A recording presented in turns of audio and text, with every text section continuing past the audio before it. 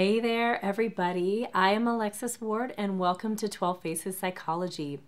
I'm just getting over being sick, so excuse my raspiness. Hopefully, I'm still intelligible here today. So today, I'm going to talk about, do I stay or do I go? When is it time to leave? How do you know? Have you done everything you could possibly do? Are your defense mechanisms and your conditioning the barrier to this relationship being functional? Or is it just a misalignment of energies?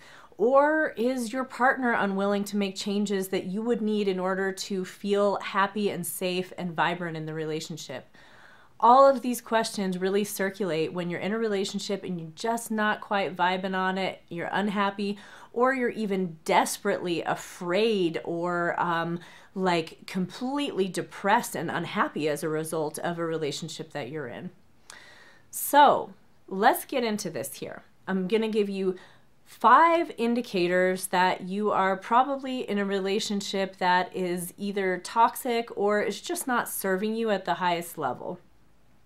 Then I am going to get into 5 steps that one can take sort of to do their own due diligence about leaving a relationship, so that we're not just dismissing it. We're really doing an internal assessment that's going to allow us to feel good and clean and complete with the situation before leaving, so that you don't just have to go back and do another round. I say that to clients a lot, when somebody's like, do I need to leave? Do I need to leave? And they have a lot of fear, a lot of anxiety brewing about that idea. And there's still a great deal of attachment to the idea of maybe I can work this out. Maybe it's me. Maybe it's this. Maybe it's that. Say, hey, don't force yourself to rip that Band-Aid off until you're ready to, because that emotional process is to some extent out of your control. You have to let your emotional space process through before you can really release something in a healthy and constructive way. And sometimes that takes longer than we'd like it to.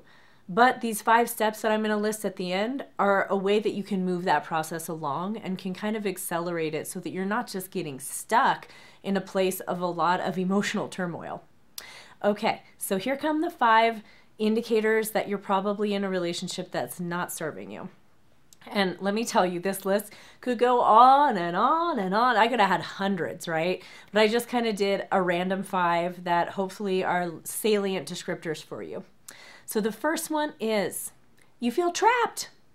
If you're in a relationship and you feel like it is trapping you, it is limiting you, it is suffocating you, it is preventing you from being the dynamic, inspirational, vibrant human being that you know you are, it ain't a good sign.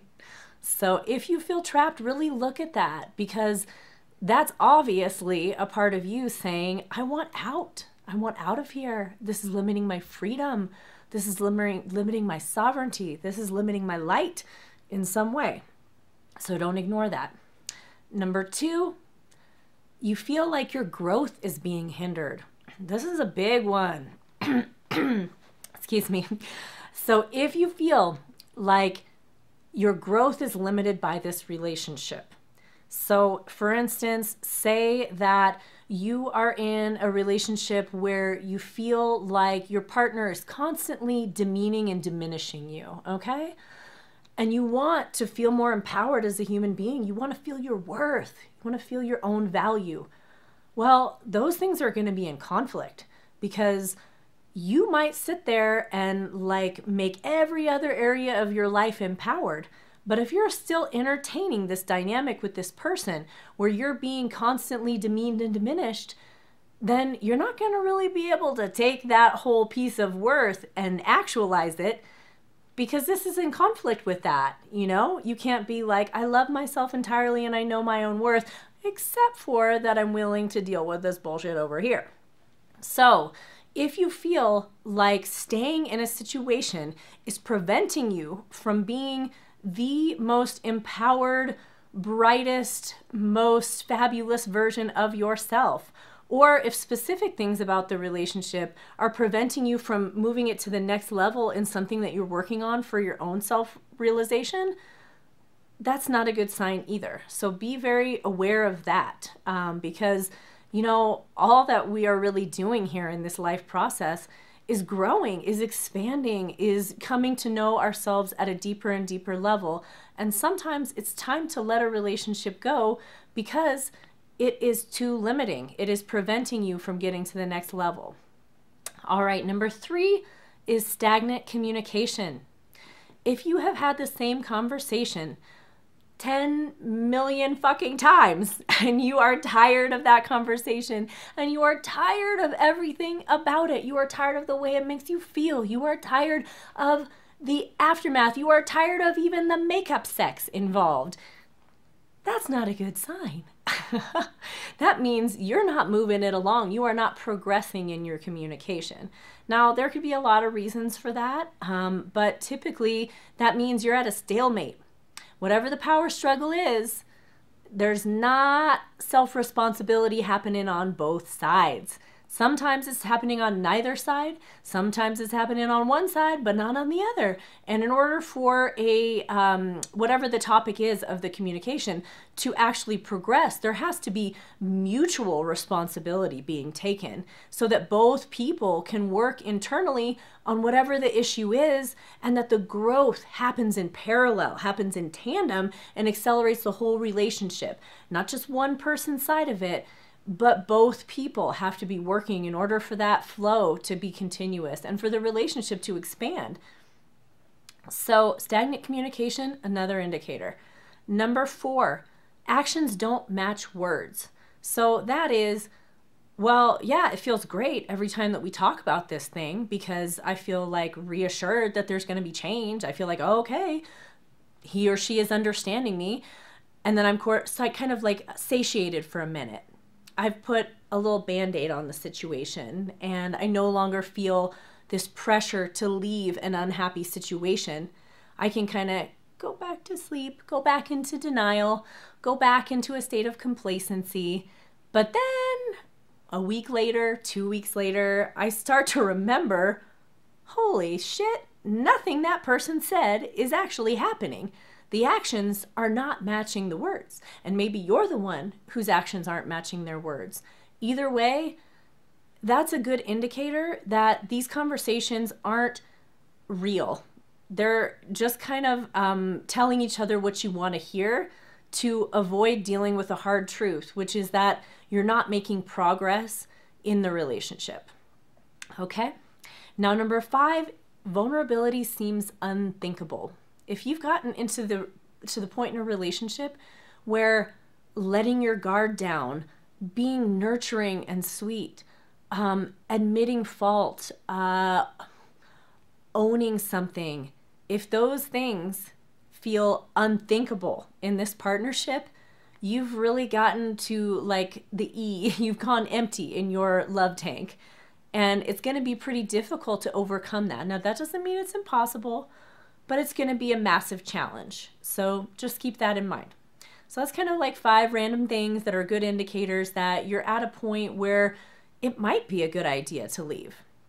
Now, before you do, because we don't want to just, make haphazard decisions, especially if you are married and you've made that kind of life commitment where you've entangled a whole lot of stuff, you've got your finances involved, say you've got children. I mean, that's like, these are incrementally more intense levels of how much you might need to do to be good with yourself about leaving. And so really that's what this list is about. It's about you being okay for yourself, knowing that you did everything that you could. You did your due diligence before you left this situation. And so now you are leaving with a clear heart and a clean conscience.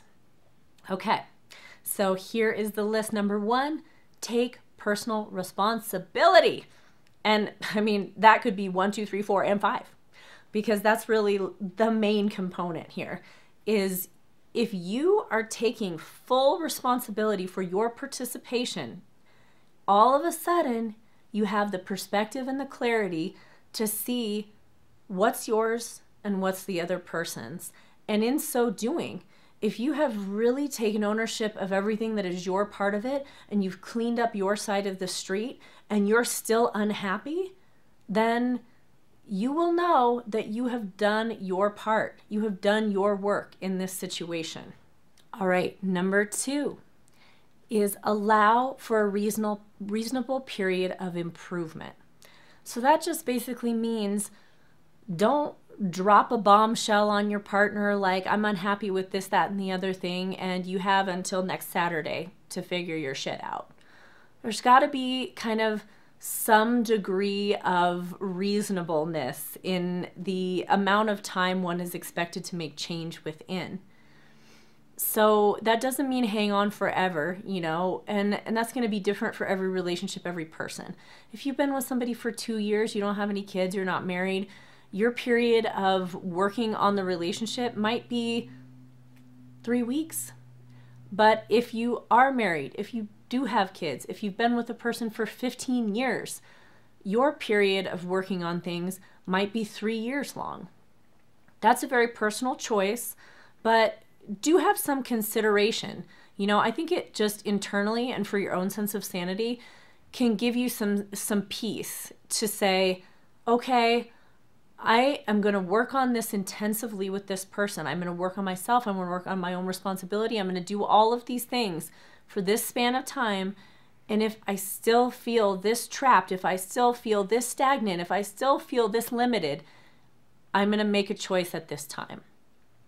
So, you know, give it a reasonable amount of room to breathe, but not so much room to breathe that you're getting complacent and you're burying your own feelings. All right, number 3, check your own ego.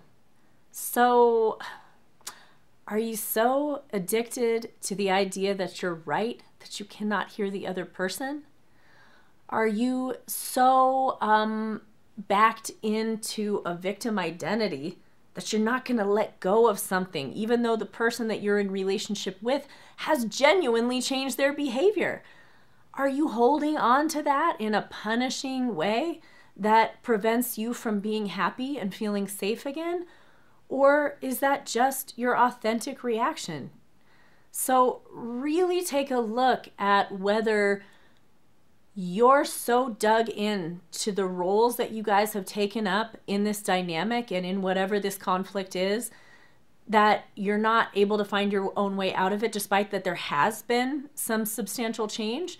You know, because often I see couples where somebody really is actually finally making change, but the other person is so used to being disappointed and not seeing change that when actual change is happening, they can't see what's right in front of their face. They can't see it. So kind of check your own ego in that way and ask yourself, if I actually do see change, am I willing to forgive and let go? Am I willing to move past this? Or am I just going to almost stay addicted to the conflict that we've been in for so long? All right, number 4, get out of blame as much as possible. Blame is not doing you any favors. None at all. It just is continually handing your power back to the other person and preventing you from standing in a self-responsible, empowered place. And let me tell you that if you leave a situation, a marriage, you know, a relationship with children involved, like if you're leaving something that was very meaningful for you and your life's journey, and you're doing it with a bunch of blame, it's going to be harder. It's going to be a lot harder because there's no resolution in that. And while you may not be able to get resolution with your partner, they may not be on the same page as you, etc., you can get on the same page with yourself, and you can get internal closure by getting the fuck out of blame. It's a waste of time, it's a waste of energy, and it prevents you from lightening your own heart and making room for something new in your life. So get out of blame as much as you can. That's right back to the take personal responsibility one. The more that you can take ownership and you can really, really deeply dive into the lessons that you are grateful for from the relationship, the more that you can step back into that place of really honoring what you and that other person have shared and get out of the negativity and the blame surrounding it, the better that you're going to feel closing the door and walking away from this situation. All right, and number 5 is move away from needing to define why it isn't working and allow it to just be nobody's fault. So that kind of ties into the last one, but takes it a little bit further, in so much as we don't need to agree on the story anymore. Hallelujah! That's one of the best things about leaving a relationship, right? Is we no longer need to agree on who did what to who or how it all shook out. Now you can just take the experience and self-reflect on it, and you don't need to come at that person anymore like, you did this to me and therefore I'm leaving. If you had just seen how great I was, if you had just done this, if you had just... Drop all of that story. All of that is just energetic cords and entanglements with that person that you don't need. Cut those cords, let that go by allowing the story to cease. It's nobody's fault. You just aren't serving each other anymore. You aren't aligned energetically anymore. And that is the most important thing in any relationship, is that you have a similar resonance. So whatever the case may be, why ever that is, really that's just a story that you're telling yourself to define who's right and who's wrong, who's good and who's bad, who did what to who. Now, that's not to say that you won't take the whole experience of the relationship and utilize it all as grist for the mill to understand yourself better and to look at how you can be different in intimate partnership going forward. But in this relationship, whatever it is you're walking away from, it's no longer important to define who did what to who or to agree upon any of those points. And I think that that's sort of like the last piece you let go before you leave in a clean way, is there's not even anything to fight about anymore. Now it's just an honoring of you're doing your journey and I'm doing mine, and those things are going in different directions now, and that's okay. I love everything we've shared. I love you as a human being, and I love myself enough to let this go because I know it's what I need to do to continue my own growth and development. And there you have it. So I hope that this has been helpful for you today, and I hope that you will come back and watch my future videos, and bye-bye for now.